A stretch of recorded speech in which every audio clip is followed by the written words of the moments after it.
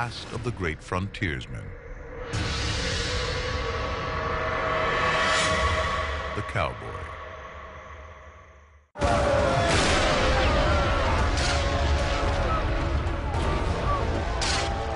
(1865). The Civil War leaves cities on the eastern seaboard stripped of resources. The country's booming population needs food. In Texas, over 6 million cattle roam wild. Worth $4 a head here, but back east, they're worth 40. By 1868, the railroad spreads from the east, crossing Kansas, but it hasn't reached Texas. There's still 1,000 miles of Wild West between the herds and the railroad. For that kind of cattle drive, America needs a new kind of hero. The cowboy. After the Civil War, 60% of the South's population lives in rural poverty.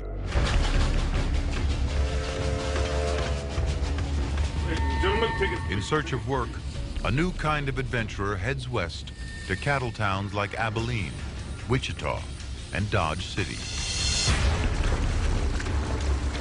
One farmhand heading to Texas is Teddy Blue Abbott. 23-year-old Teddy Blue is the son of a Nebraska homesteader. My father wanted to tie me down and make a farmer out of me. Never. I ran away from home to become a cowboy. The cowboy mentality, it's a spirit of individualism. I have a communion with the land, with my horse.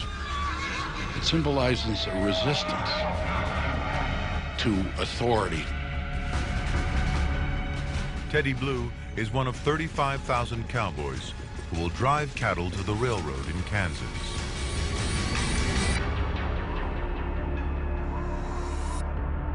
Standing in their way, 1,000 miles of untamed West, unforgiving terrain, and gangs of rustlers.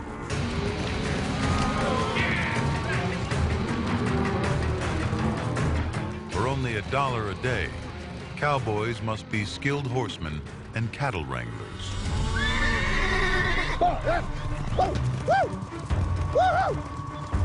The lasso dates back to the ancient Egyptians.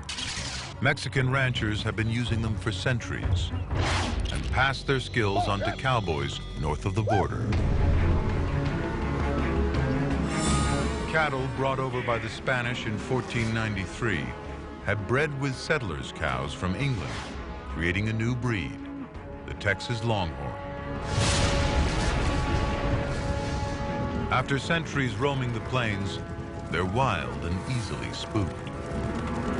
Teddy Blue hears what every cowboy dreads: stampede.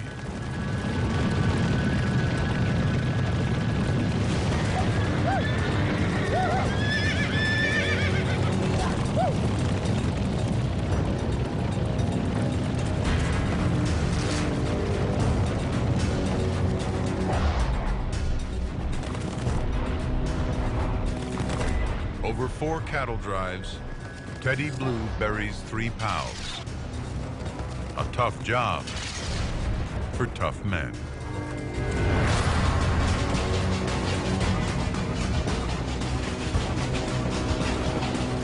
One out of 3 cowboys is Hispanic or African American. After the Civil War, thousands of freed slaves head to Texas looking for work. One is a 23-year-old from Alabama, Nat Love.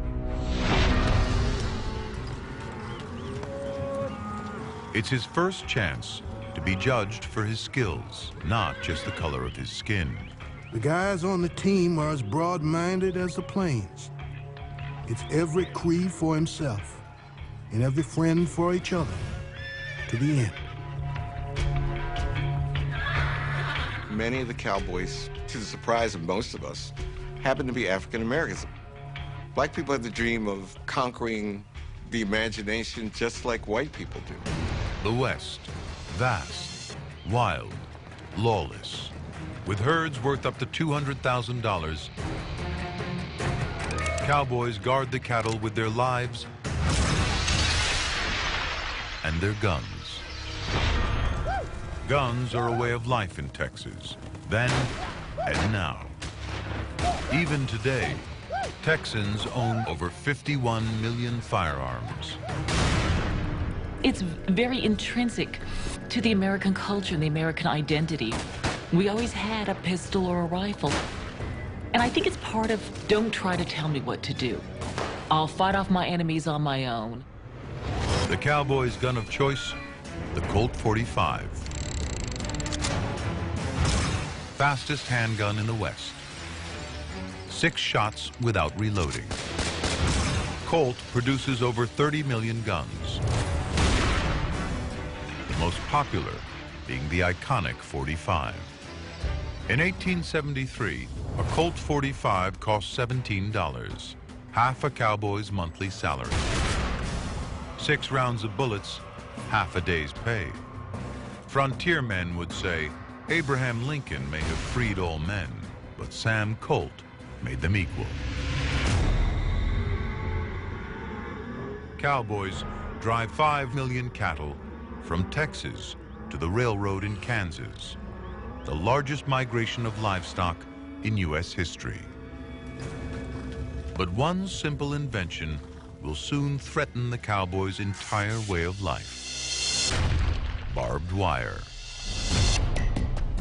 In just 20 years, 2.5 million new settlers flood into the West.